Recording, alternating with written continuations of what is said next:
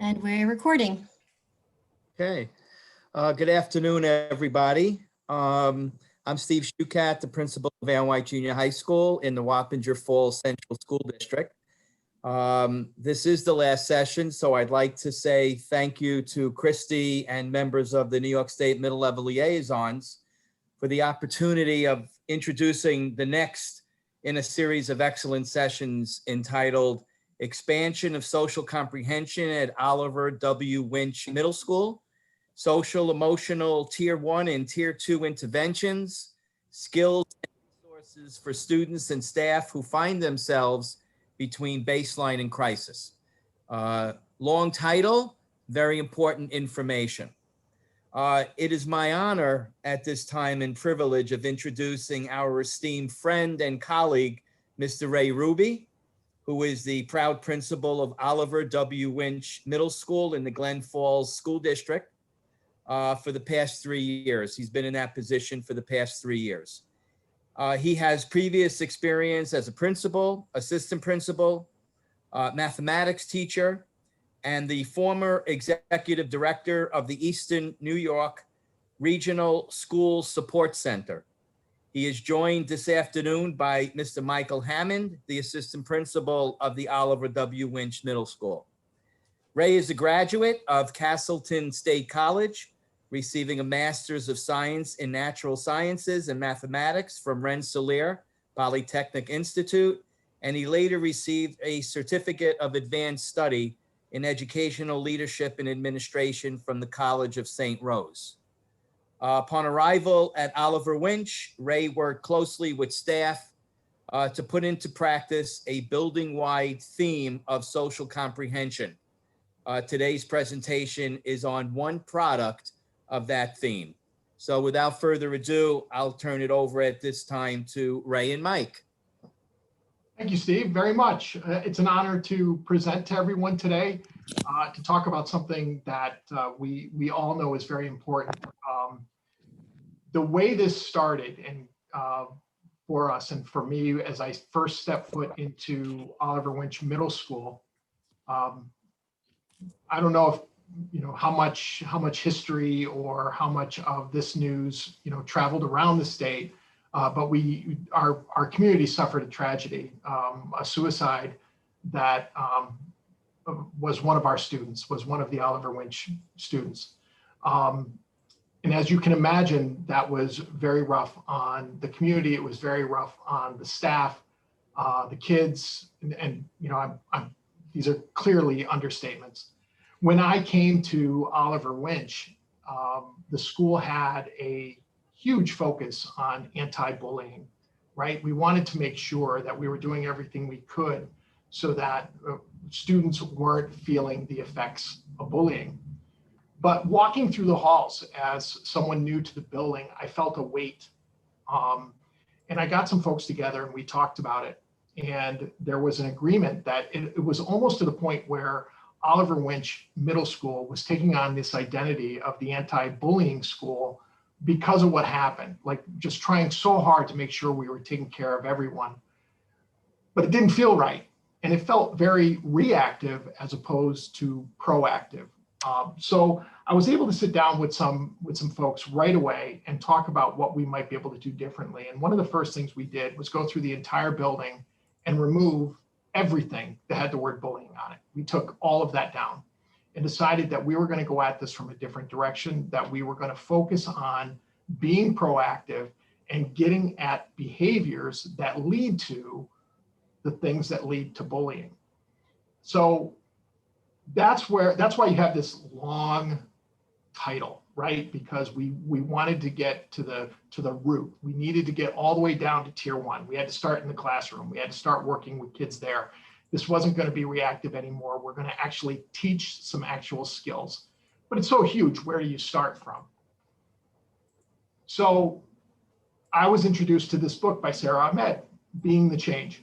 I highly recommend it. A lot of things in there that you can do, and almost so much that we decided that we were going to focus on only one thing. And I'll talk more about that in a minute. But some of the things we needed to get around was the language, right? Everything was bullying. You know this, right? Kids come to you, every bad behavior is now labeled as bullying, right? So somebody is rude to someone else. How does that get reported? It gets reported as bullying, right? You get a phone call from a parent saying their child is being bullied. Well, we started to reframe things, right? We started talking to kids about the vocabulary, right? Was it bullying or was it rude behavior, right? Was it bullying or was it mean behavior? Was it bullying or was it conflict? And as you know, working with middle school students, you have conflict a whole lot more than you have bullying. So we were working with our kids and our families on using the proper vocabulary. We weren't trying to hide anything. We were just trying to label things for what they were so we could better address those behaviors. So starting with the vocabulary, talking with kids and families about what is rude, what is mean, what is bullying, what is conflict, was the start to when we got into Sarah Ahmed's identity, right? So this is a big part of that book, is the work around identity. So what we decided to do was to work on skills by using our academics, right? If you're going to work on tier 1 interventions, then you want them embedded with the content. So this is how we use these reads. And actually, this is a little misleading. You see 3 different books here for 3 grades. That came later. We started with just bystander. That was a book they were going to do, the building was going to do before I was principal. Anyway, we just decided when I got here that we were going to tie it to identity. So we use these textbooks to teach these lessons, right? So we teach about social comprehension. We teach about literacy, through literacy, and developing community. And I'll talk more, and Mike will talk more about how we develop community using these books. And then, of course, address New York State social emotional learning benchmarks, not just because of COVID, but what we had previous. And you see a picture there. We actually had James Preller, the author of Bystander, come and talk to our kids about how he developed his characters and connected it to the work that we were doing with identity. The kids loved it.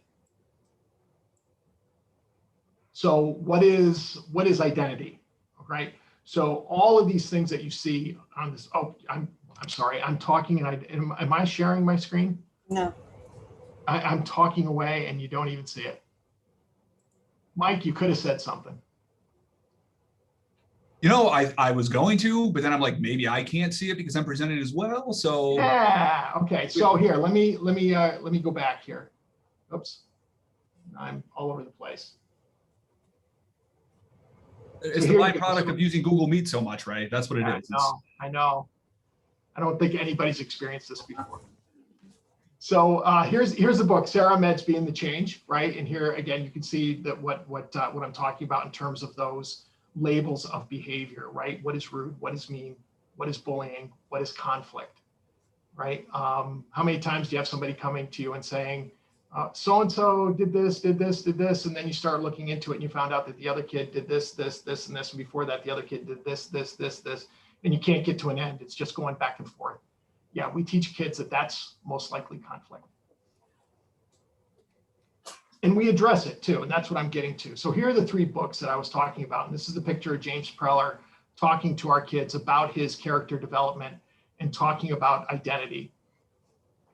He actually, when I sat down with him, he really liked the connection of identity and what we were doing with that for kids to what he was doing with his character development. So it was a very natural discussion with our kids. And here you go. So these are and now you can all see them, all these things that make up who you are, right? So we wanted kids to think about all of these things about themselves, right? But we started with the characters, right? So what makes you you? What makes a character, right? What makes, once you know about the character, you can start making some predictions about what they may or may not do. So that's where we started, right? We took the books, right? The kids read the books, and then they worked on the identities of the characters. And we have we have a lot of rooms that have complete whiteboard walls, and that's what you're looking at there in those pictures. The kids can just go up to the wall and start drawing, right? And the teachers take pictures of them to save them. But here you can see a lot of our kids working on the identity of characters. So if you're an ELA person, you know the character maps that you normally make, right? Well, we just said, okay, we were not talking about character maps, we were talking about identity. And then we extended that to ourselves. And in one of those pictures there, you can see our staff doing it first. We did it as a staff first, right? We wanted all the staff members to, number one, fully understand what we were doing, why we were doing it, and how it was going to be impactful for kids. So we modeled it. This is the picture in the middle there is one of our faculty meetings where we had the faculty working on their own identity maps. And some of us still carry them around. I carry mine around inside my Sarah Ahmed book, and I sometimes update it. And then there are two examples here from our students who made their own. And also on there, you see the picture of Voices in the Middle. Today, and then We wrote an article for Voices from the Middle that actually won us an award, a NCTE award for the story.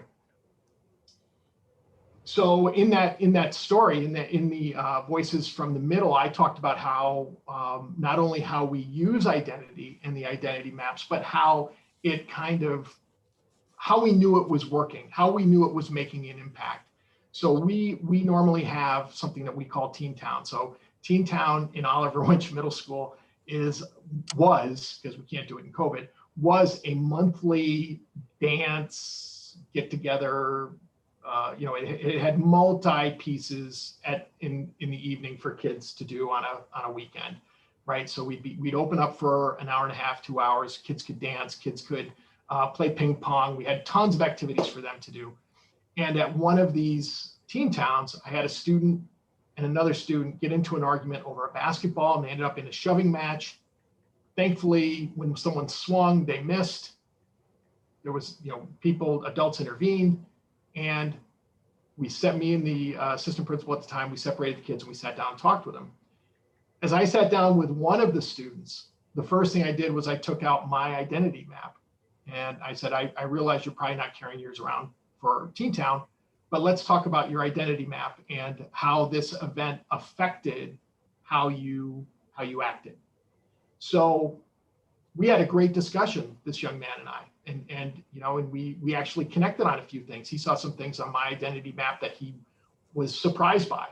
So we got talking about that and realized that we had some things in common. As we talked more, I then asked him about the other boy's identity map. I said, what do you think is on his identity map? And he started talking to me about some of the things that he knew about that other boy. They weren't friends, right? So he didn't know a whole lot, but he knew a little bit. I mean, they're in the same building.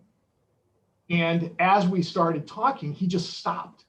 He just stopped talking about it and said, can I just go and apologize to him? I think I understand why he did what he did, and I just want to apologize. And that was one of those moments when you realize that something you're doing is making a difference. I didn't have to talk to him. I didn't have to say anything about the other student to him. It was just asking him to be a little more empathetic, to try to look at things from the other boy's point of view. And at the same time, the assistant principal at the time, he was doing the same thing with the other boy. And we almost opened doors at the same time for the boys to come out, apologize to each other, shake hands, and move on. And we've never had a problem with those two ever again. And again, that's one of those times when you know that there is an impact. So we decided to stick with it and build it and connect it. So some of you may remember a few years ago, I think it might have been 3 years ago, one of the meetings, we presented on restorative practices. And what we've done is we've now kind of connected those where we're not so much focused on the restorative piece as much as we are on the community building circles and using what we're learning about social comprehension and identity and building that in, right? So now kids can talk, right? And they have a framework for talking, and they have an understanding of each other that helps them talk. And that's how we combined what we were doing with the community building circles and what we were doing with social comprehension.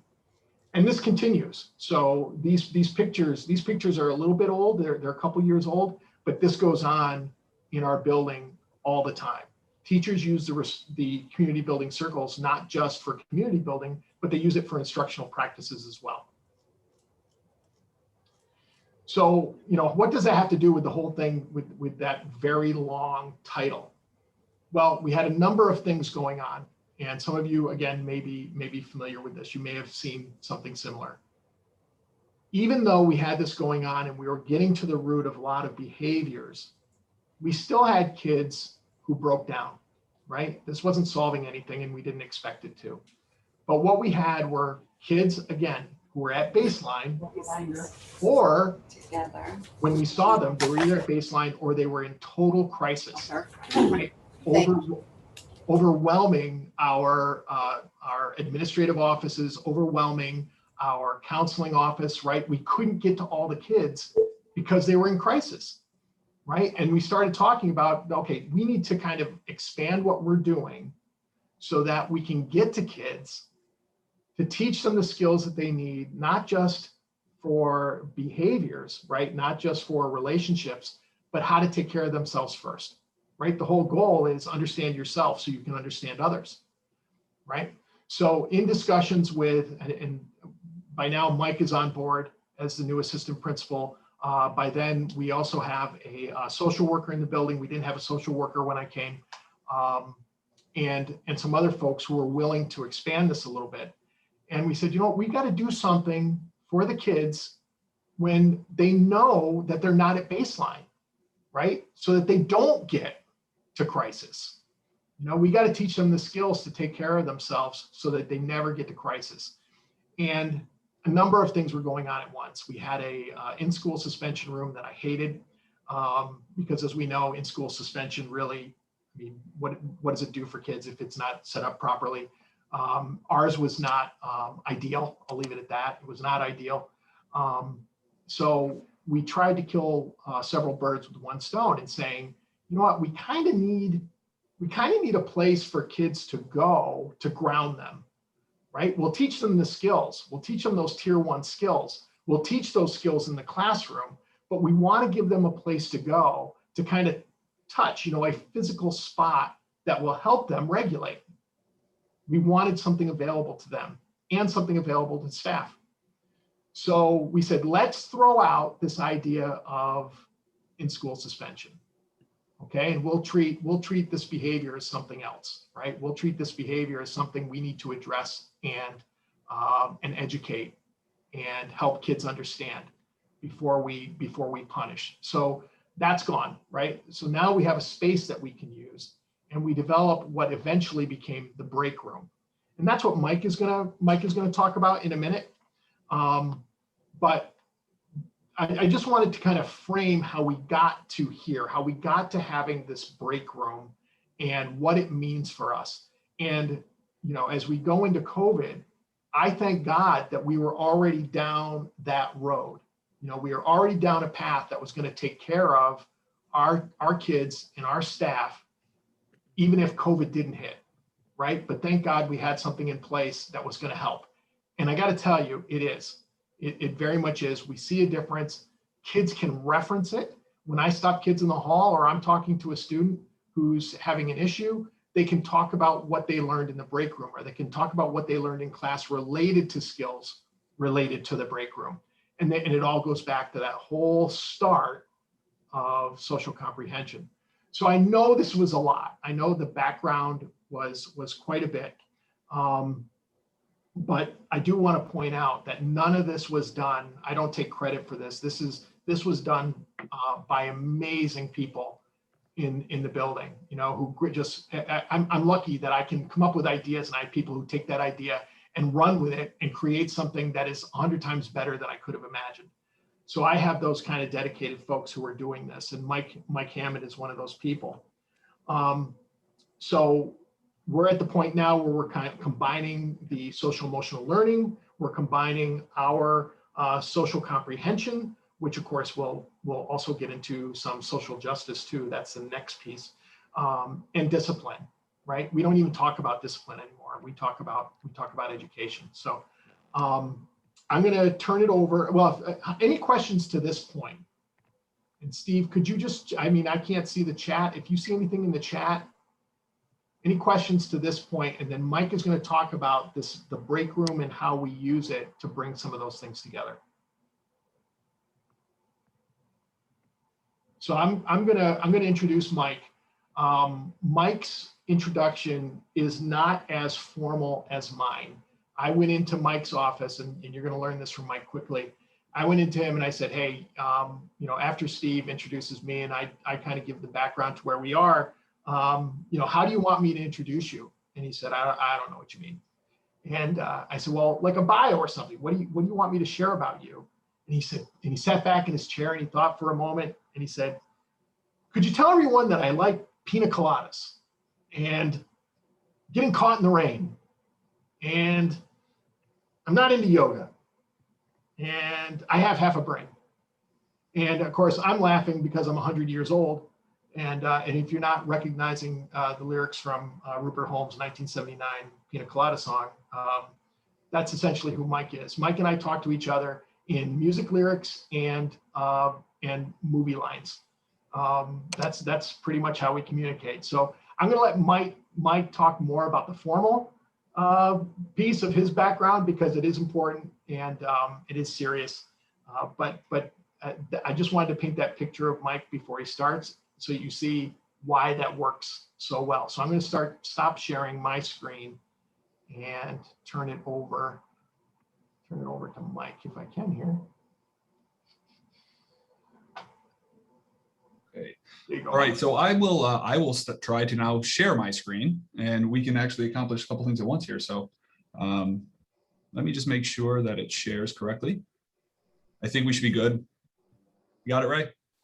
Okay. I guess I'm not much for the bios. But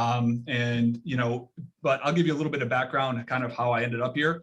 I was a high school social studies teacher for 15 years. I ran our football program for the better part of a decade.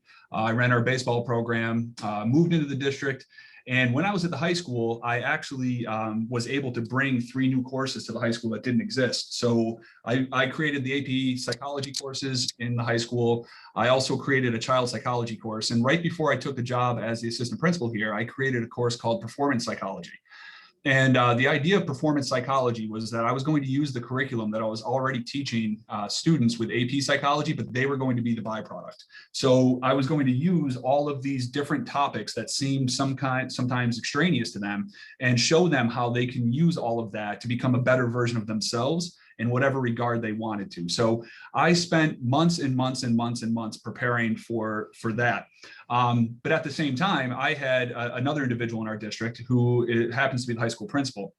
And my journey to administration was out of a path of failure because I applied for an instructional team leader, and he said, you know what, Mike, I'm not going to give you the job. Do you trust me? And I said, you've given me no reason not to trust you. And he said, I think you should go into administration. And I said, you are insane. I love to teach, always love to teach, and never equated administration with the opportunity to be able to teach more. So I went and started taking courses, and then I was asked to apply for the athletic director's job.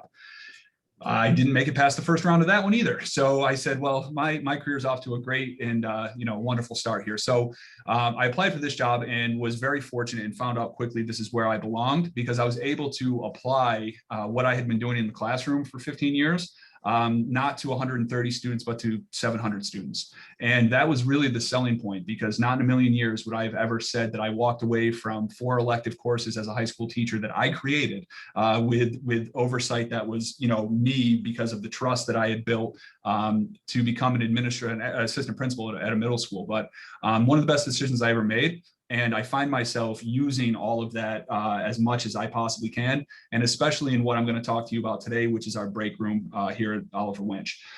You'll notice that break is not spelled in the typical sense like someone is going to take a break. It's an acronym.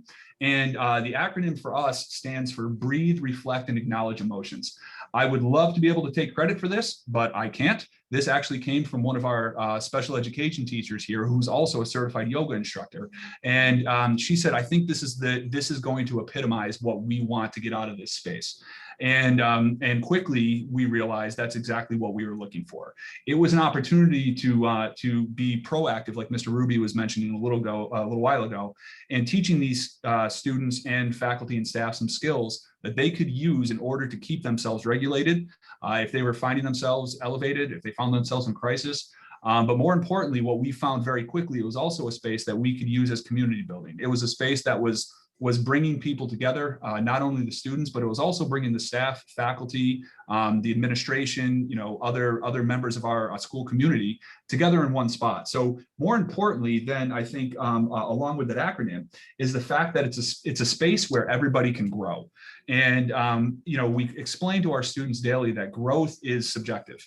But however, what we want them to understand is when they come into this space, that they're going to learn something about themselves that they might previously have not known. They're going to, find a way to cope with something or to deal with something that they might not have ever been able to deal with prior. Or in some cases, they're going to be able to find a spot when they have 20 minutes where they just really enjoy going and kind of hanging out. But there's always a focus when they're in there. And again, that's something I wish I could take credit for, but in a minute, you'll probably see our biggest draw, which are usually the two guiding eye dogs that we have in there, because that's a really big draw for middle school students when they know they can go hang out with a chocolate lab or a yellow lab and love up on them. So I'll show you that in a little bit. So here's kind of where we started with our break room. It's a typical classroom. It actually was very, very empty. This was the new furniture that we got. But what we were originally thinking, like Mr. Ruby had already alluded to, we were trying to reimagine what discipline looked like in the building by incorporating restorative practices, but we also wanted to have a social emotional piece. So we were thinking we were going to have one room with dual purposes. And, we were kind of kicking it around back and forth. And then, of course, just like so many other plans that we've had, then COVID. And so when COVID hit, we were kind of looking at this and we were saying, okay, well, how much discipline or how many issues are we going to have with middle school students when we don't even know how many are going to be in the building? And we started kind of re-envisioning this. And there was a bunch of us that were talking and we were saying, well, we have an opportunity now to provide some of these social skills, these social and emotional skills or wellness skills to students that we didn't have before. So we wanted to be able to take advantage of it. And I guess that's, we try to look for silver linings and positivity in all of this. This became one of the biggest ones for me. And I know a number of other people, because the way that we envision this and what it has become, we couldn't have envisioned. And honestly, I don't think it would have happened if it wasn't for COVID. I don't think it would have played out the same way. And I'll kind of allude to that and talk about it here in a second. So this picture is just, looks like your typical classroom. And so here was day one. Day one back in the fall, what we decided is that we were going to offer tier 1 SEL services to every student in the building. So we went through and we broke down every single study hall for hybrid group 1, hybrid group 2, virtual kids at home, all of these different things. And we found out where all the kids were going to be. And then we put them on a rotating basis so we could actually bring in 3 sets of students at a time in order to get tier 1 intervention services and to introduce them to what the break room was.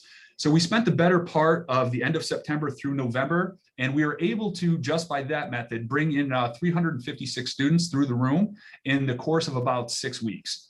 And along with them coming into the room, and I'll show some of the results here in a second, they also were filling out surveys about what they needed from us.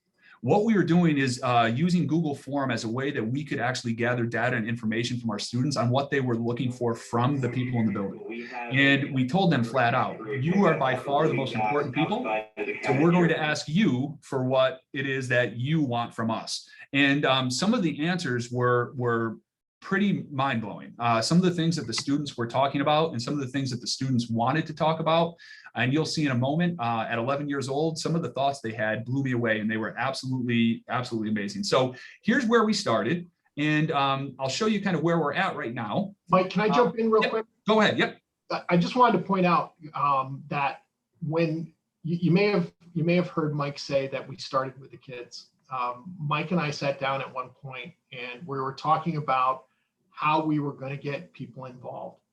And Mike and I decided that, you know what, the teachers at this moment are dealing with so many things that as much as we and they probably understand that this is a key piece to what we're doing. It's going to be hard to not see it as another thing to do, right? They were already underwater and we had barely started.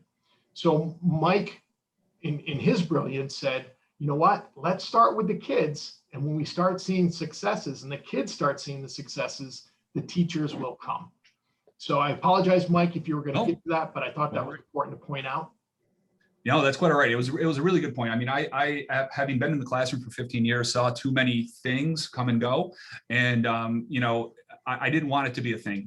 Everybody here knows it's not. I just don't think they necessarily knew what it was fully, and they were afraid of it. And when people get afraid of change, they're obviously more, you know, less willing to adapt to it. So here's kind of where we ended up right now. I'll put both pictures up here, and here's one of our stars. That's Mr. Blue that you'll see in there. But what we did, and it shows in this picture, when we started with the students, we purposefully did not tell the staff that we were bringing the students in.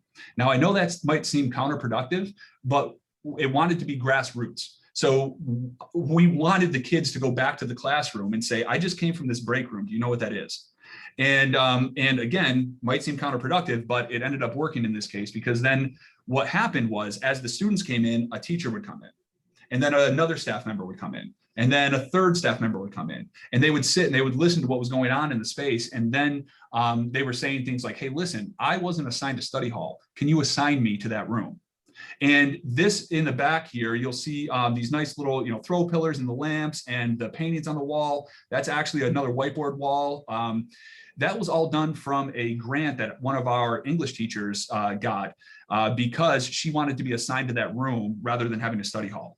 So she went in and she, you know, went full force. Her brother is actually an art teacher. And so they came in and they did the whole graffiti wall in the back, and there'll be some pictures of how they use that. And then in the other picture with that's Blue, I'm sorry, that's Miss Pazel. And Barb Pazel has been integral in this whole piece. She's actually an aide in our building, and we assigned her to that room all day long. Again, you know, in the event that we were looking at this as a revised disciplinary thing, and luckily we never had to do that, and we started using her for this, and then we started giving her different training and professional development so she could grow with her skills that she can use in this room as well. And again, awesome for us. She also trains the guiding eye dogs. So she has had 2 or 3 different dogs in there at a time, and the kids absolutely love it. And I love it. I go down and sit on the floor and let them crawl all over me, because it you know, sometimes it's the highlight of my day, as I'm sure all of you can attest to as well. Having a dog love up on you, it's hard not to be happy. So we then took it a step further, and we said, we want to make sure that there's a mission behind this entire room and a mission to this space. And when the kids came in, this is what they were presented with. They were presented with the mission of what we were going to do and what we wanted them to get out of this. So we wanted them to also see that it wasn't just another school thing. We wanted them to understand that these are things that they're going to be able to carry with them throughout their educational career, you know, into the high school. But more importantly, and especially right now, these were skills that they were going to be able to bring home. They were going to be able to use in their daily interactions with their peers, their interactions with their families. And that would kind of allow them to better regulate themselves, but more importantly, it would give them a better understanding of where they fit. So, you know, middle school obviously is that long and winding journey that I'm learning more about. This is only my 2nd year in middle school, that long and winding journey of discovering who I am. And so if we can kind of help them and assist them a little bit by giving them some extra tools, what we're doing for them isn't just teaching them, you know, social studies, math, science, which are obviously all important, but we're teaching them the life skills that they're going to be able to learn anything later on, because they have that ability to learn now. So that's, you know, actually I'm up there giving, I think I'm talking about perspective or something, but we brought them through and we did a whole building kind of round 1 take on this before we opened it up. So I'll kind of let Miss Kessler here, who's our school psychologist, explain a little bit about what kind of led to this point. So hopefully the sound will work on your end. If not, you might have to turn it up a little bit, but I'm hoping that it'll still play. And Ray, if you hear it, just throw me a thumbs up. Hi, my name is Colette Kessler. I'm a school psychologist at Elementary Middle School. In my role as a school psychologist, the break group has really come to the opportunity to provide tiered support to the students in our building within the framework of RCI. So it was important for us maps behind what the student utilizing is wanting it to be a universal purpose and also access. So that would include things like student learn lessons in the classrooms, providing virtual opportunities to our website, mindfulness, education, and other supports. We also introduced this in study halls and student events during March as part of the experience. We really wanted to make sure that it wasn't just in one specific or a few specific students' mind. At our tier 2 level, what we're working on is providing some instruction. But that would include data from referrals from our teams of teachers, from parents about what some concerns were with having more targeted skills for students. These surveys provided both at the district level, which was asking our parents and students, what they saw as some of the needs, or faculty or building or identify some of the overwhelming response that faculty wanted to utilize social emotional lessons for classrooms. These are resources on home teachers and other educators to provide lessons and to provide instruction, and then above that, our team developed so really a great deal of help social emotional learning classrooms, our students, and normalizing what's on. It's been really great to be part of the process. And I know that could be a little hard of hearing, so if it is a little bit low, so I'll kind of summarize what Colin was saying. Colin loves data. She really does. She gets very excited when I use the word data, so I use it as much as possible when I'm around her. And what she was referencing was the fact that we were actually sent out mental health surveys for the middle school and the high school to the families and to the students, and asking them what they wanted and what they needed from us. So in her role as a school psychologist, she was explaining how we basically were trying not to pinpoint one particular student, but we wanted to hit as many students as possible, because we understand sometimes that the ones who are constantly in our offices or constantly seeking out help, while they need help, there are probably 5 or 7 other kids for every one who aren't going to come and seek out that help. So we wanted to be able to provide interventions for every student, regardless of whether or not they were coming to us and seeking it out. And then she was explaining how when we get up to the tier 2 and tier 3 levels, we're able to use the room for more individualized group work. And then up to a tier 3 level where we have one-on-one. We also have students who have used the room when they're in a time of crisis, in order to kind of de-escalate themselves, so we can actually get something accomplished in talking with them. And so by using these tiered interventions, we took the first approach where we brought the students in and explained to them the mission that we were just talking about. And then we took them through some very, very brief exercises and things that they could do in order to kind of self-regulate during the day, which again, for a 15-minute session, the amount of students who said they were using these before a math test, or they were using these before they had an athletic event, things like that, it was pretty impressive, because they would reference it and say, oh, I remember that breathing technique. And it was a very simple one that we were using. We were using grounding, and we only taking them through 4 breaths. And so then we went through and explained to them how the breathing affected the neurology. And I, of course, brought in all the psychology stuff, some of the terms they probably didn't want to listen to, but talked to them about how they were regulating their body by using their brain and by able to refocus what they were doing. So we took them through a grounding activity.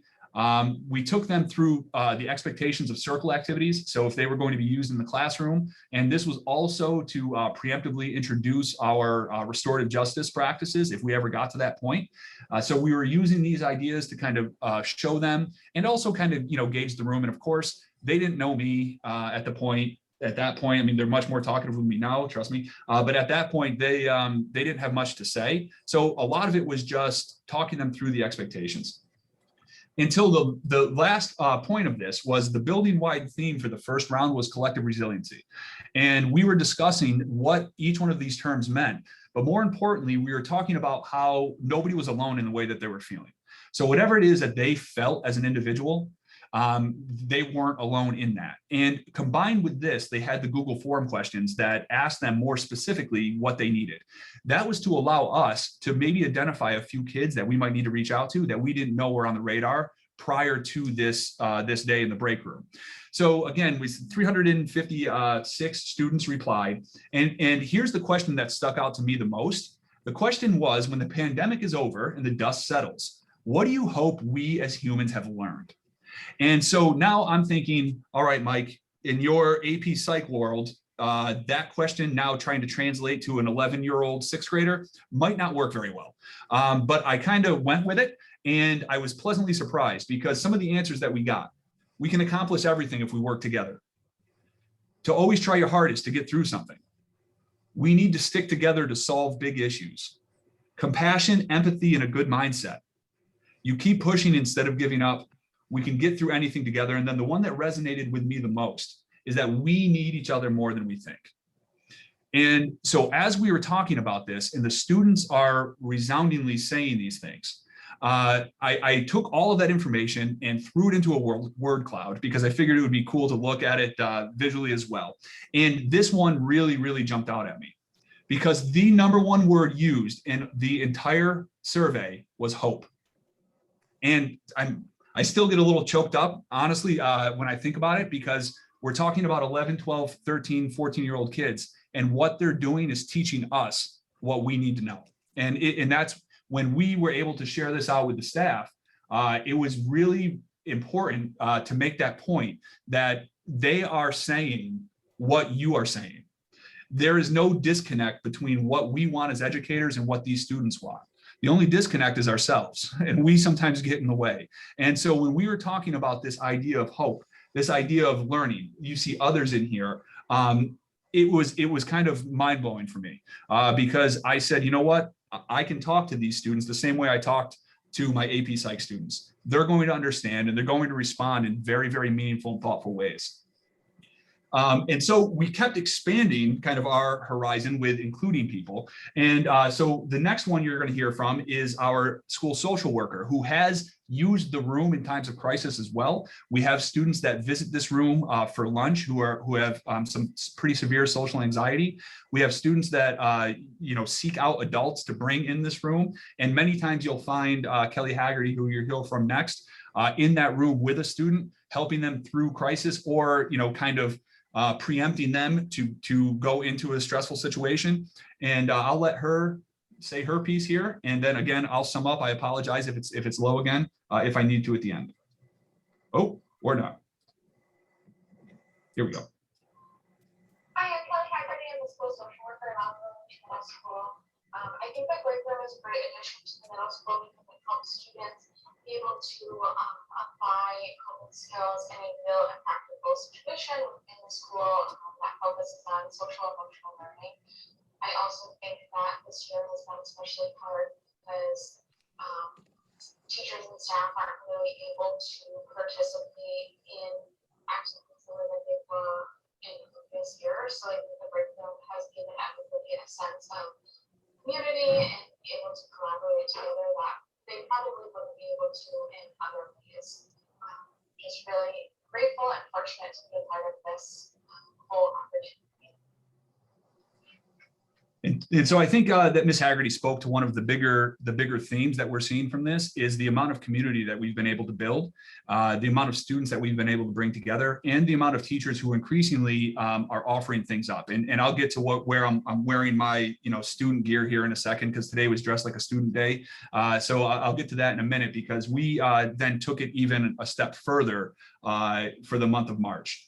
So during this whole time, though, there's one group that we kept not necessarily missing, but there was one group that wasn't here to be able to take advantage of our in-person break room. So in conjunction with Colin Kessler, who you heard from earlier, we created the virtual break room. So the virtual break room is a website that students at home or students outside the building, when they're in the building, can use that have a number of the same tools that we teach in our actual break room. So there's ideas in there about guided meditation. There's different soothing music. There's coloring pages. There are, my favorite for the longest time was virtual bubble wrap. I'm not going to, say in front of Mr. Ruby how many times I might have sat in here with virtual bubble wrap, but there is something calming about clicking that bubble wrap over and over again. And so we offered this up for our students, not only here, but the ones who are at home.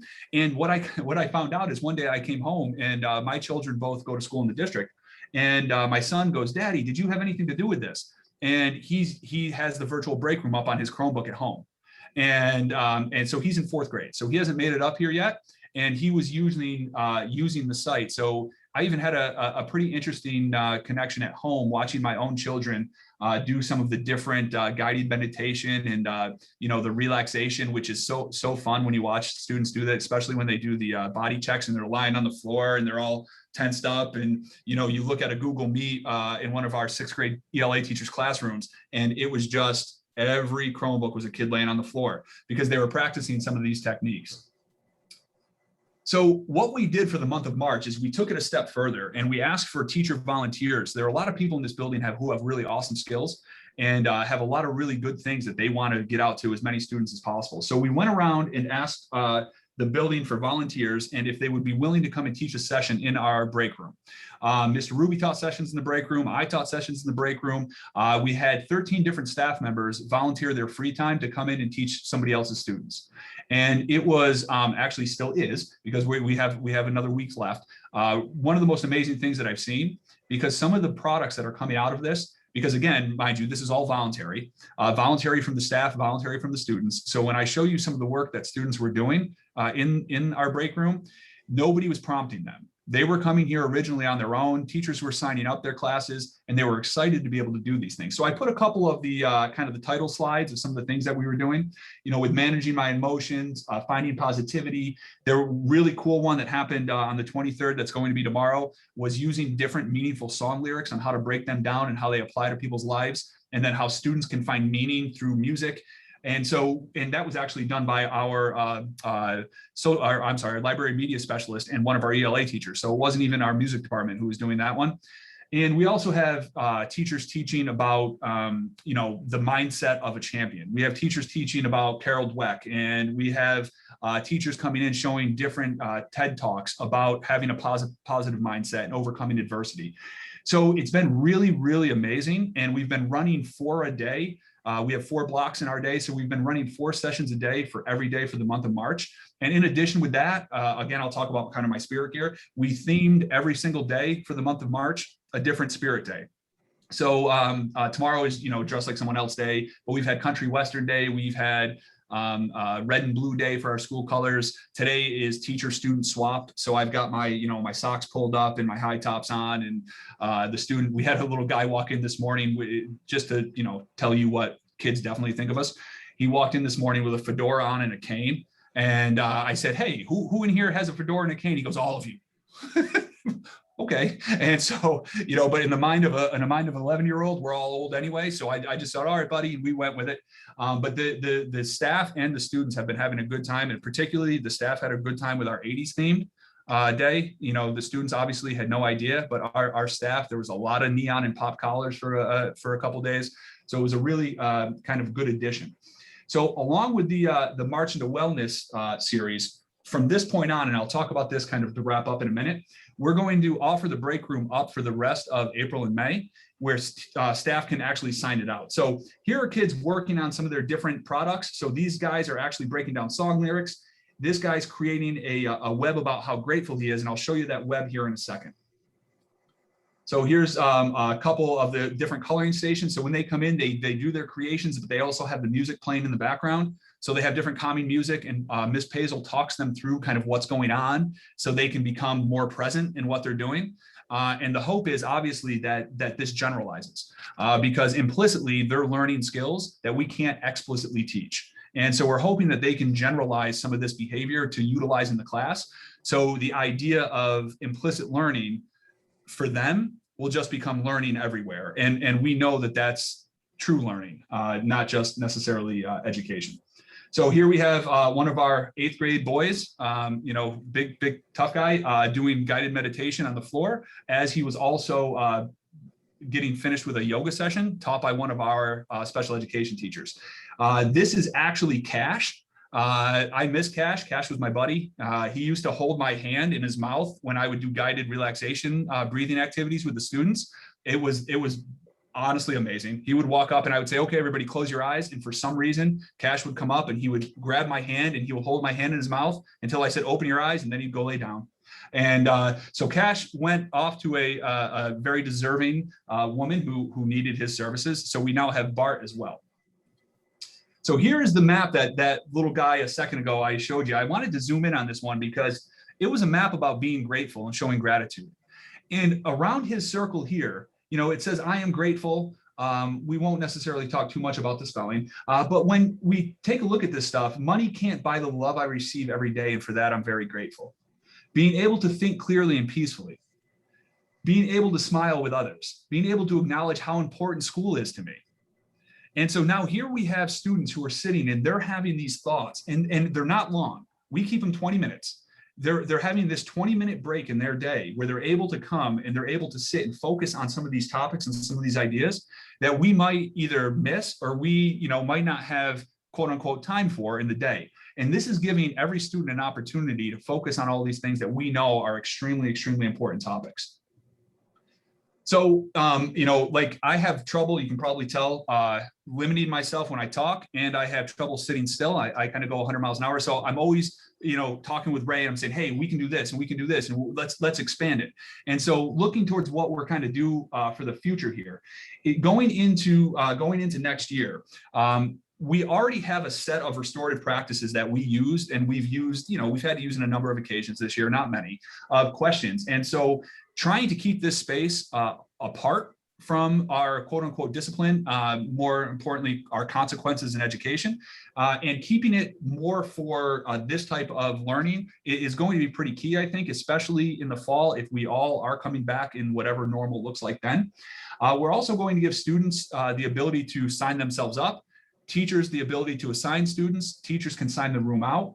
We're going to start a character academy after school for some of our big heavy hitters. That's just another opportunity for me to teach psychology after hours, so I'm going to take it. And so that character academy is going to be building off the skills that they're learning through the day. Plus, it's going to be able to show them some of the coping mechanisms that they can have, because we know a majority of the time, obviously, that it's not the student that's bad, it's behavior, and it's a byproduct of something else that's going on. So giving them an opportunity to showcase who they are and meet them at the level, and of course, build the relationship, is going to be extremely meaningful. We're going to start to look at scheduling time in with study halls. So that way we can actually rotate kids through there during study halls. So we have an 80-minute block, and we could even do 20 minutes, 25 minutes in there, but we're going to theme each 2 weeks. And we're working on a curriculum, and the curriculum will be given to the teachers. So if they want to bring their students in, fantastic. If they don't, it'll be things they can do in the classroom, but they'll also know exactly what the theme is that week in the break room. So if they have a student and they say, oh, this student struggles with digital organization and it's causing them stress and anxiety, we can bring that student in for our session that we're going to talk about how to organize your digital world. And we can teach them some of the skills that they might need in order to relieve some of that stress and anxiety. But more importantly, it'll then allow them to have confidence in school. And we know that a higher level of confidence obviously will be higher achievement for the students. And, you know, for me, I'll just keep going with this. And I know I run by Ray most of the time and go, hey, I got an idea. And then we, you know, are like two ships in at the sea at night and all those things. And, but, you know, I'm just extremely thankful that I've been able to, you know, be a part of this, but also very thankful that I'm able to get back to what I really love and understand. More importantly, that administration just isn't about managerial styles and administering, but it is at the core a great opportunity to educate hundreds and hundreds and hundreds of students all at once. So yeah, I know that I kind of just, you know, hit the fast forward button. That's where we're at. I'm going to stop sharing my screen now. And so if anybody has any questions at this point, I see, oh, the chat has a bunch of questions in there. We'll kind of, oh, nice. Yeah, we took care of most of them. But fantastic. I know we took everybody probably right up to the hour, but and we talked a lot and quickly. So any questions? So this is Nance. I was going to type, but I'll just ask. I would love to see the website. For, you know, as this is fabulous for middle school students, but for a completely online asynchronous grad program, Yeah. The emails I'm getting right now, I want to assign my student. You can take this assignment off and go to the break room. Like I like they are like, I got 6 emails last night. I'm losing it. because they're trying to teach full time and take multiple grad classes, which no one advised them to do, but they have this thing they have to finish. So if you would share your online break room with us, that would be awesome. Yeah, I just put the I put the site in the chat bar. The only thing I have to warn you is when Adobe's license ran out, some of the games and the apps don't necessarily work, and we're in the process of updating those because when Adobe Flash went away, alas, so did Virtual Bubble Wrap.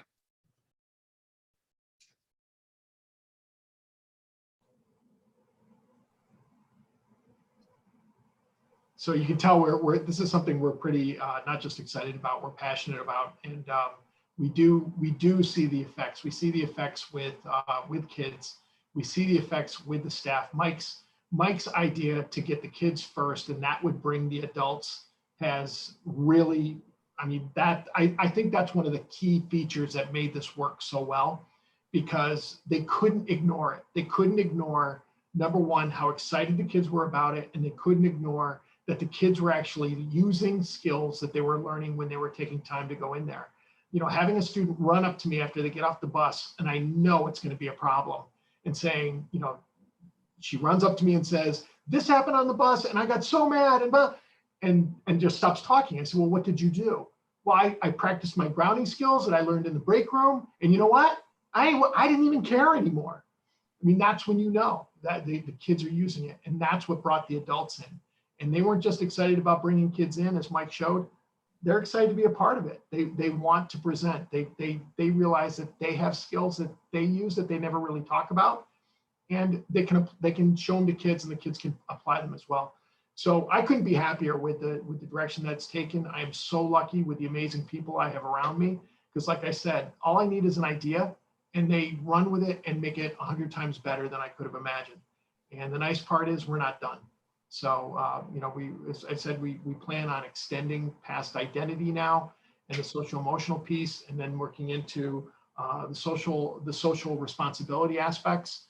You know, teaching kids about microaggressions and everything else that they're seeing in the news and dealing with on a daily basis. We feel like we've created a place for them in our building where they can have these discussions now and do it in a much healthier way. So obviously we're excited, and I want to thank everybody.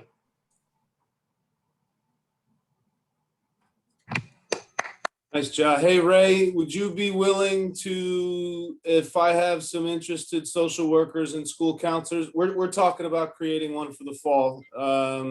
Would you be willing to set up a separate conversation with my gang?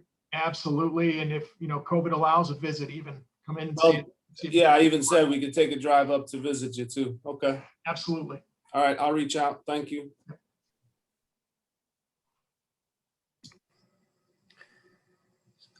Christy, do you want to close this out at this point? Yeah,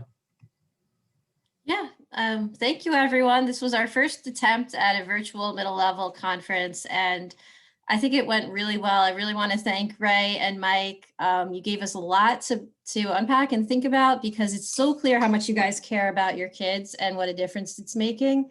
And I really want a virtual bubble wrap now, so I'm going to have to find out if anyone else has that. It's key.